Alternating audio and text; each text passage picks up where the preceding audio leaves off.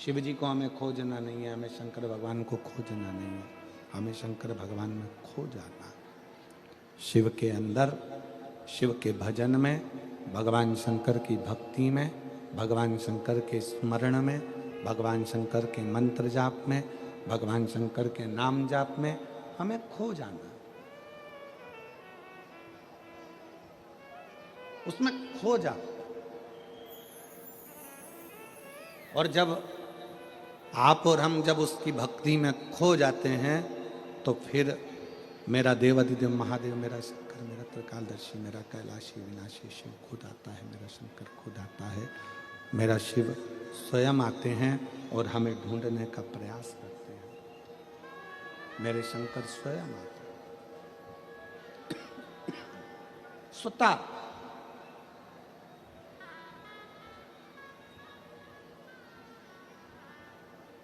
एक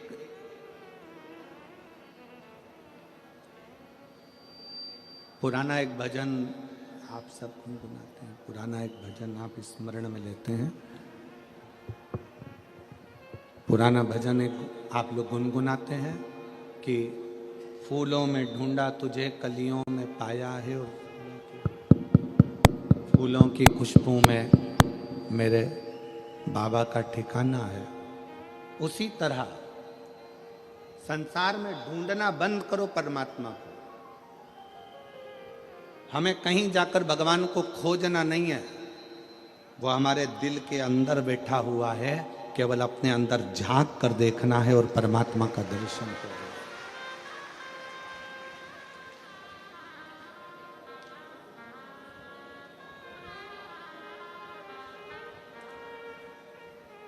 कल एक बहन ने पत्र लिखा था,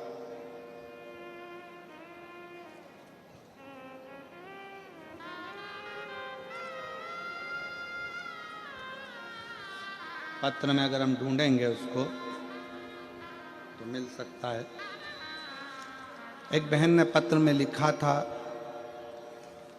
कि आपने सारे उपाय बताए, बच्चों के होने के उपाय बताए, पढ़ाई का उपाय बताया, बीमारी का उपाय बताया, आज तक आपने चेहरे पर नूर आए उसका उपाय नहीं बताया।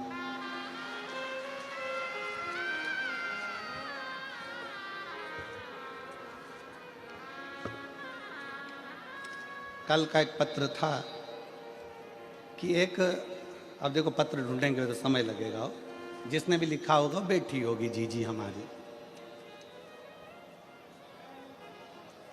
आपने सारे उपाय बताए पर चेहरे पर नूर आए उसका कोई उपाय नहीं बताया। मैं मेरी बहन से कहना चाहूंगा, गुरूर जाएगा तो नूर जरूर आएगा।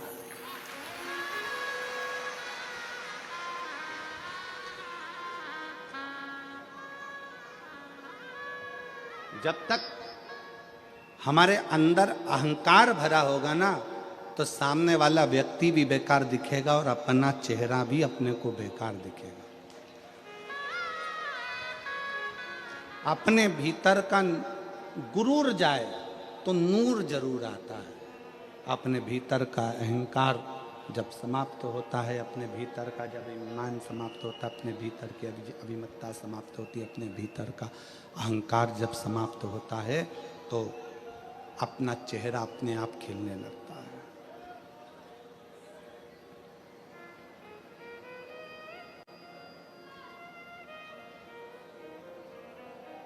ब्यूटी पार्लर में बाहर का श्रृंगार होता है,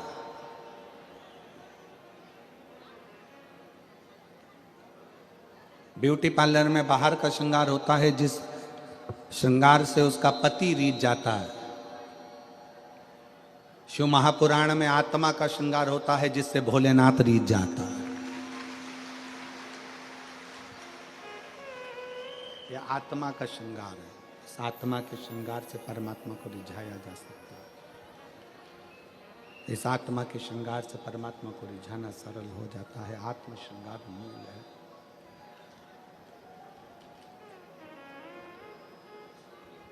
आत्मा का श्रृंगार मूल है।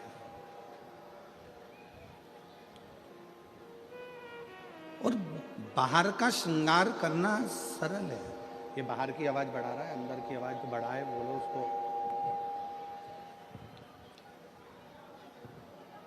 बाहर का श्रृंगार करना सरल है,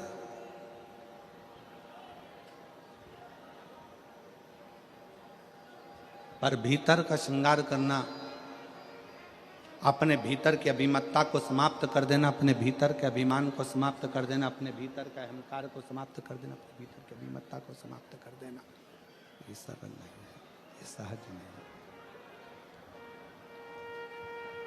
तो शिव कथा कहती है, भगवान शंकर का संवाद कहता है, शिव महापुराण की कथा कहती है। शिव महापुराण की कथा कह रही है कि तुमरुका जी कहते हैं भगवान शंकर से, भगवान देवऋषि नारद से, तुमरुका जी कह रहे हैं देवऋषि नारद से कि परमात्मा को खोजना छोड़ दो नारद जी। तो तुम जितना जितना भगवान को खोजोगे भगवान मिलने वाला नहीं है। तुमरुका जी कहते हैं नारद जी एकांत में बैठो और बैठकर भगवान शंकर की अविरल भक्ति को धारण करो, शिव तत्व को धारण करो, नारायण तत्व को धारण करो। तुम एकांत में बैठकर भगवान की भक्ति करिए, एकांत में बैठकर भगवान का भजन करिए, एकांत में बैठकर भगवान को पुकारना प्रारंभ करिए, वो मिलेगा।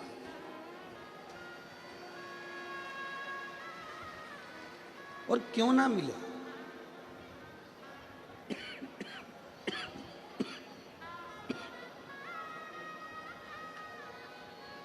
मैंने तेरे ही भरोसे बाबा, तेरे ही भरोसे हवा बिच उड़ती जावांगी बाबा, डोर हथो छड़ी मैं कटनी जावांगी, भोले मैं तेरी पतंग, शंभो मैं तेरी पतंग, हवा बिच उड़ती जावांगी बाबा, डोर हथो छड़ी मैं कटनी जावांगी। शिव खो जाओ, भगवान शंकर में खोइए, शिव प्राप्त होने लगेंगे, शंकर प्राप्त होते चले जाएंगे।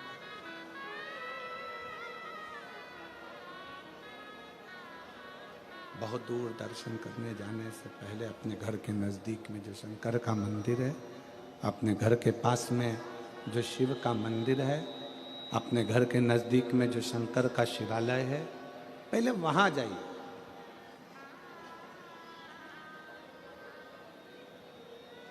जब हम अपने घर के नज़दीक में शंकर के शिवालय में एक लोटा जल समर्पित करने के लिए जाएंगे, भगवान शंकर के मंदिर में पहुँचेंगे, तो स्वयं शिव करुणा कर कर अपने करीब में तुम्हें लाते चले जाएंगे।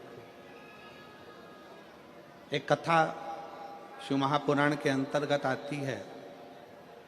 एक बार माता सती शिव जी से आज्ञा लेकर तप करने के लिए गई।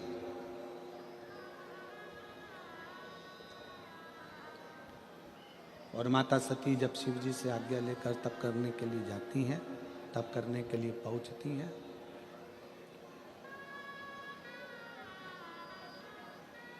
अखंड तप करने के लिए माता सती बैठ गई, अखंड तप।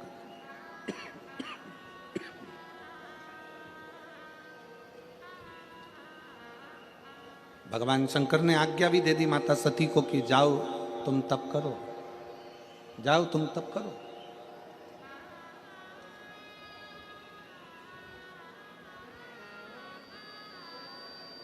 और सती मैया गई और तप करने के लिए बैठ गई। माता सती तप करने के लिए नहीं जाती, माता सती तप करने के लिए बैठ जाती है। बैठी माता सती को बहुत समय लग जाता है तप करते करते करते करते। जब माता सती तप करते करते बहुत समय हो गया, तप करते करते जब माता सती को बहुत समय लग जाता, अब अभी सती मैया स्वयं आज्ञा लेकर तप करने के लिए गई। सती माता स्वयं आज्ञा लेकर भगवान शंकर का तप करने के लिए पहुंची। और शिवजी ने आज्ञा दी, ऐसा नहीं कि शंकर आज्ञा नहीं दी है, शंकर भगवान ने आज्ञा दे दी कि जाओ तब करो, तुम तो साधना करो। परिवार का, कुल का,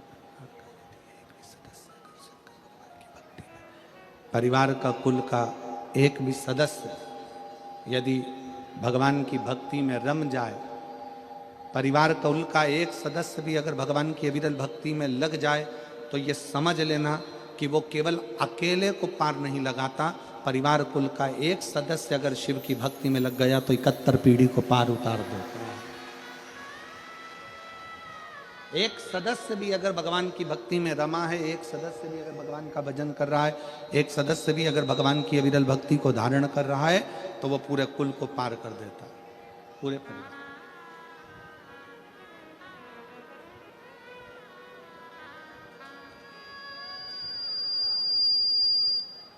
और किसी के भीतर ये अहंकार ना आए।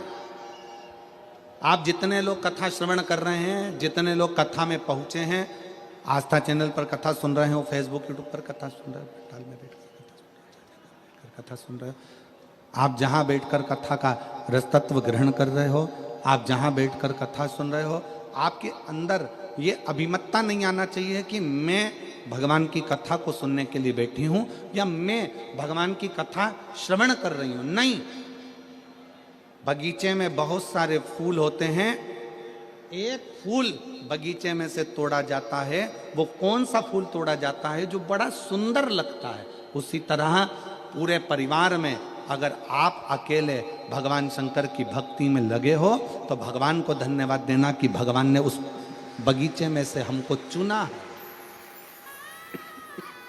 उस बगीचे में से भगवान ने हमको चुना है।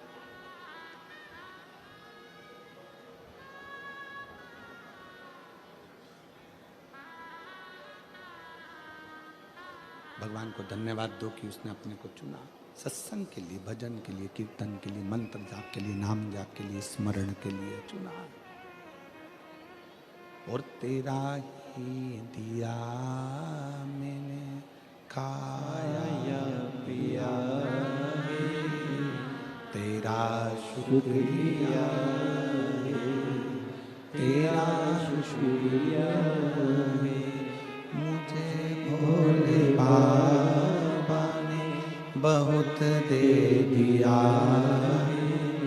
तेरा शुक्रिया, तेरा शुक्रिया, ये जायदाद दी है, औलाद दी है, मुसीबत में हर वक्त इमदाद दी है, तेरा ही दिया मैंने खाया पिया, तेरा शुक्रिया, तेरा शुक्रिया।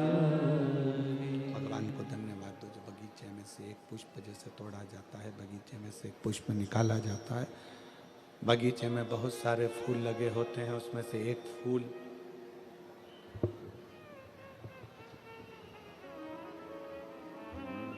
मुझे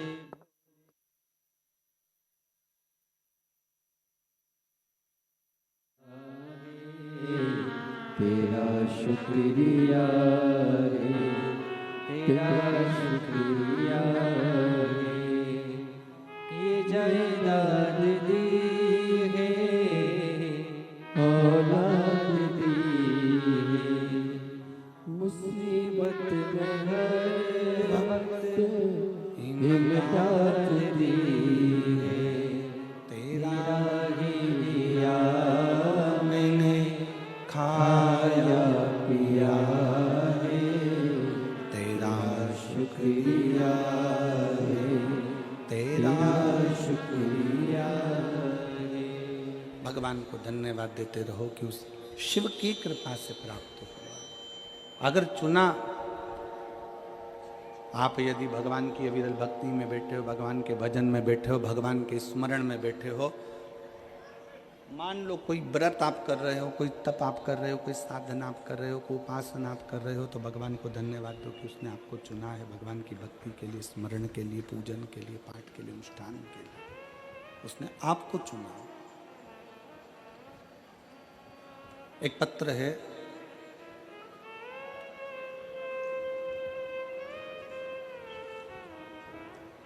उस पत्र में मेरा नाम प्रियांशी मुकेश लाई कंसारा है, मैं डीसा गुजरात की रहने वाली हूँ। कहीं बैठी हों तो हाथ हिला सकती हैं। मेरा नाम प्रियांशी मुकेश लाई कंसारा है, मैं डीसा गुजरात की रहने वाली हूँ। गुरुदेव कहीं बैठे हों तो हाथ हिला सकते हैं। गुरुदेव मेरे पिता महादेव का कितना बखान करूं, कौन से शब्दों में करूं, मैं वर्णन नहीं कर पा रही हूं, क्योंकि बाबा ने इतना सारा दे दिया।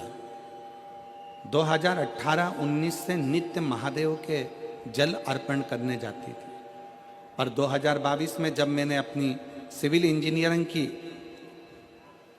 पूर्ण की, उसके बाद मैंने घर रहकर सरकारी नौकरी की तैयारी चालू की। 2022 में मेरी माता ने मुझे आपकी कथा सुनाई और एक लोटे जल का महत्व समझाया। तब से मैं एक लोटा जल सारी समस्या का हल पिता महादेव को अपना पिता मानकर चढ़ाती रही। बाबा का ऐसा भजन, बाबा की भक्ति थोड़ा सा श्रृंगार कर देती बाबा का, मंदिर में जाकर सफाई करती, झाड़ू पोछा करती, बाबा से विनय करती। बाबा ने ऐसी कृपा करी गुरुदेव कि शायद ही दुनिया में कोई कर पाता हो। छोटी सी उम्र में मेरे बाबा ने मुझे नायब कार्यपालक इंजीनियर पद पर सरकारी नौकरी में लगा दिया। मैं बाबा को धन्यवाद देने के लिए यहाँ आई हूँ।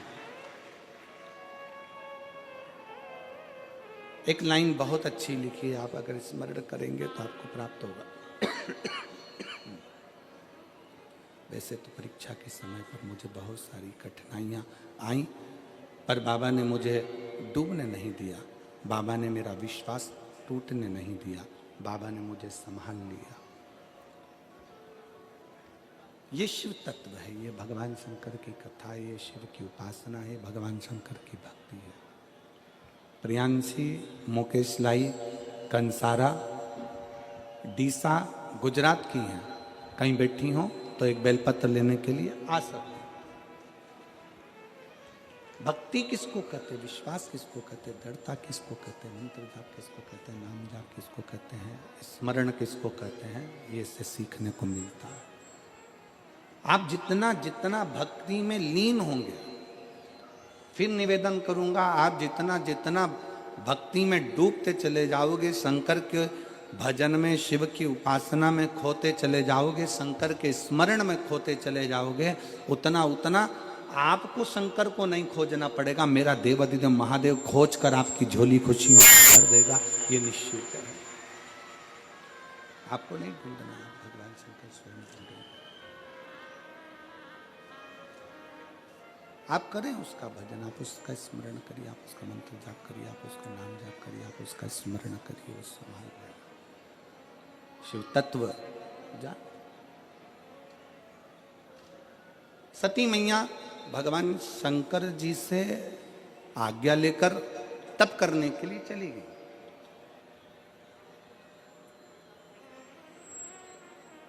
बैठ गई अखंड तप में, और तप का मतलब क्या होता है?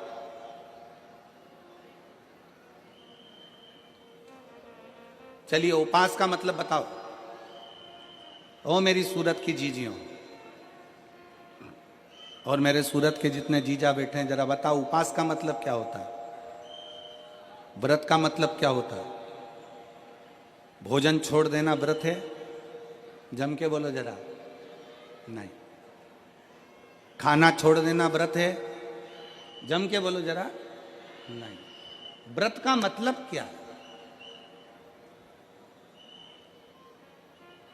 भोजन छोड़ देना व्रत नहीं है। शिव महापुराण की कथा कहती है अपनी गलत आदतों को छोड़ देना सबसे बड़ा व्रत है। खाना छोड़ देना व्रत नहीं है। खाना छोड़ देना व्रत नहीं है, दूसरे का धन छुड़ाकर खाना छोड़ देना व्रत है।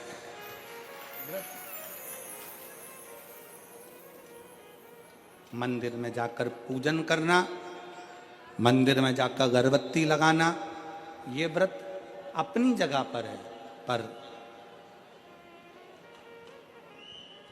किसी को शिक्षा की जरूरत है उसको शिक्षा दे देना, किसी को चिकित्सा की जरूरत है उसकी चिकित्सा में थोड़ा सा धन लगा देना, कोई रोते हुए के आंख के आंसुओं को पोंछ देना, किसी के दुख में खड़े होकर उसको खुशियां प्रदान कर देना, ये दुनिया का सबसे बड़ा व्रत है, सबसे बड़ी साधना, सबसे बड़ा तप। ये सबसे बड़ा तप है, सबसे बड़ी साधना है, सबसे बड़ा व्रत है।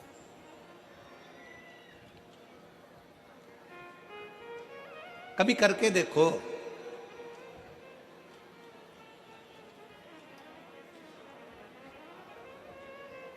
किसी ने बहुत अच्छी बात कही है कि मन साफ है तो सारी गलतियां माफ है, और अगर मन ही साफ नहीं है तो गलती कौन माफ करेगा भाई।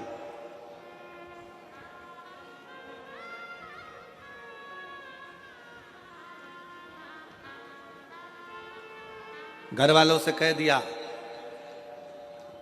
कल मेरा व्रत है, कल एकादशी है,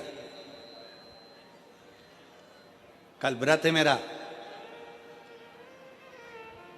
एक दिन पहले से चिल्ला चिल्ला कर बोल रही हो कल मेरा व्रत है, कल मेरा व्रत है, कल मेरा व्रत है।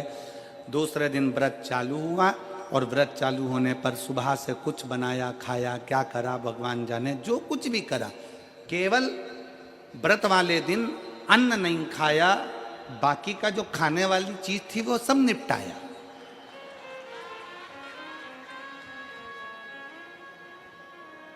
अब हम आपसे पूछें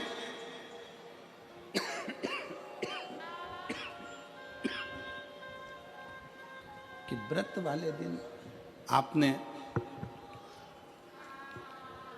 केवल अन्न नहीं खाया, बाकी का जो खाने वाला था सब कुछ खाया।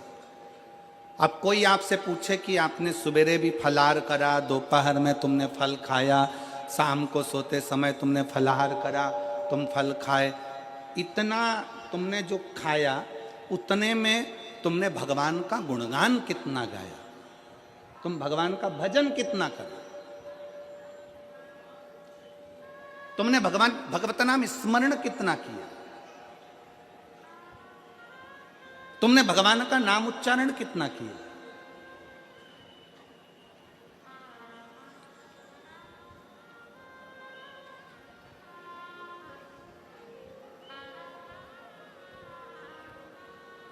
केवल खाना छोड़ा है, अन्न छोड़ा है, भोजन छोड़ा है, और दिन में सुबह से लेकर शाम तक 2-3 बार तुमने कुछ ना कुछ पाया है, वो व्रत हो सकता है आपकी दृष्टि में, पर हमारी दृष्टि में व्रत कौन सा है। शिव महापुराण की कथा कहती है कि सुबेरे आपका व्रत चालू हुआ, दूसरे दिन ब्रह्म मुहूर्त तक जो आपका व्रत आपने रखा है, भगवान का जो व्रत कर रहे हो, उस व्रत में एक बात अपने अंदर उतार कर रखो कि इस दिन मैं अपने मोबाइल का त्याग करती हूँ, पूरे दिन मैं मैसेज नहीं पढ़ूंगी, मैं देखूंगी नहीं, मैं अपशब्द नहीं कहूंगी, मैं जानूंगी नहीं। दूसरा, आज के दिन मेरा व्रत है, आज 1 महीने में, 15 दिन में, 2 दिन में, 20 दिन में मैंने अगर किसी से भी अपशब्द कहा होगा, आड़ा टेढ़ा कहा होगा, तो सबसे पहले आज व्रत वाले दिन मैं उसको सॉरी कहूंगी, क्षमा मांगूंगी और अपने हृदय से लगाने का प्रयास करूंगी। व्रत है, व्रत का तीसरा अंश, आज मेरा व्रत है, मैं आज के दिन किसी को भी अपशब्द नहीं बोलूंगी, किसी के लिए आड़ा तड़ा नहीं बोलूंगा, आज जितना बन सकेगा मैं सात्विक जीवन जीऊंगा।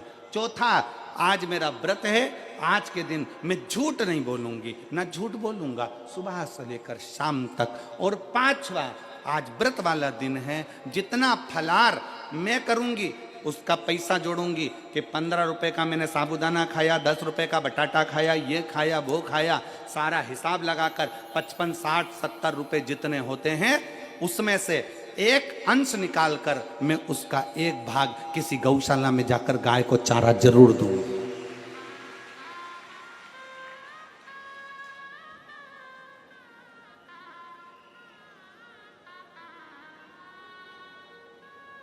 भीष्म पितामह एकादशी का व्रत करते थे।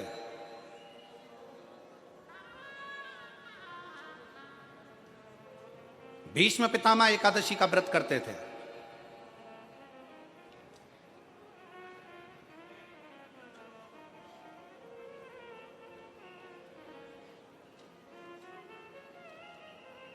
भगवान कृष्ण ने अर्जुन से कहा बाण छोड़, भीष्म पितामह के शरीर के लिए। आप सबसे एक बात पूछना चाहते हैं, आपके शरीर में बाण ही बाण छुपे हुए हो, पूरा शरीर छेदित हो गया गोली गोली से, बाणों से, आप जिंदा रहोगे कि मर जाओगे? जीवित रहोगे? जम के तो बोलो नहीं, व्यक्ति मर जाए। जिसके शरीर में इतने बाण चुभे हों, वो बाणों की सैया पर पड़ा हुआ हो, विचार करिएगा कि बाणों की सैया पर कैसे पड़े। रक्त बह गया, पूरा रक्त निकल रहा है और बाणों की सैया पर भीष्म पितामह पड़े हुए।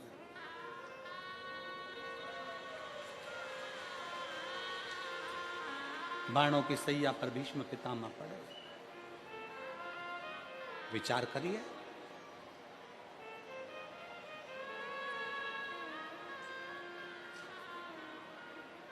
पड़े भीष्म पितामह बाणों की सैया। अर्जुन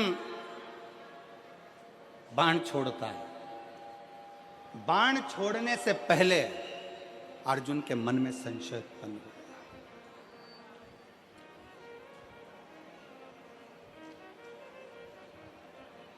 बाण छोड़ने से पहले अर्जुन के मन में संशय है।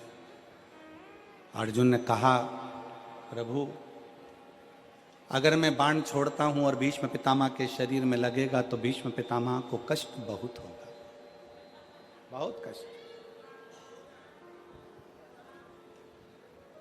अगर मैं बाण छोड़ता हूं तो भीष्म पितामह को कष्ट बहुत होगा।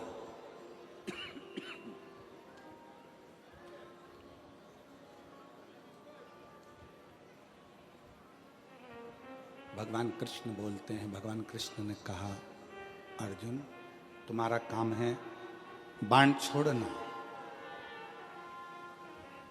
दुनिया के लोगों को लगेगा कि अर्जुन ने बाण छोड़े हैं और भीष्म पितामह के शरीर पर बाण लगे हैं और बाणों की सैया पर भीष्म पितामह पड़े हैं। पर अर्जुन, सत्यता तो ये है कि भीष्म पितामह ने एकादशी का व्रत किया हुआ है। 26 एकादशी भीष्म पितामह ने करी है। उन एकादशी पर भीष्म पितामह एक काम करते थे। उस एकादशी के दिन भीष्म पितामह कहीं नहीं जाते थे। गौ माता के पास रहकर, गाय को चारा देकर, गाय की सेवा कर कर, गाय की पूजन कर कर, गौ माता की आराधना कर कर भीष्म पितामह अपना एकादशी का व्रत करते थे। गौशाला में गौ माता को जितना फलाहार देते थे, अपने अंश से, अपने जो पाया, जैसा पाया वैसे अंश के हिसाब से गौ माता की सेवा में लीन रहते थे। अर्जुन, घबराना नहीं।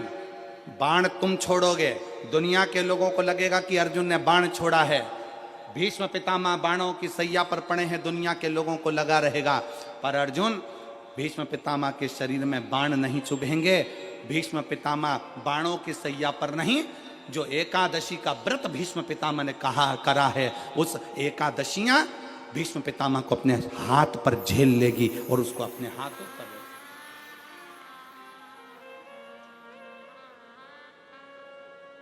जिन एकादशी का व्रत भीष्म पितामह ने करा है, वो एकादशी भीष्म पितामह को अपने हाथों पर झेलती।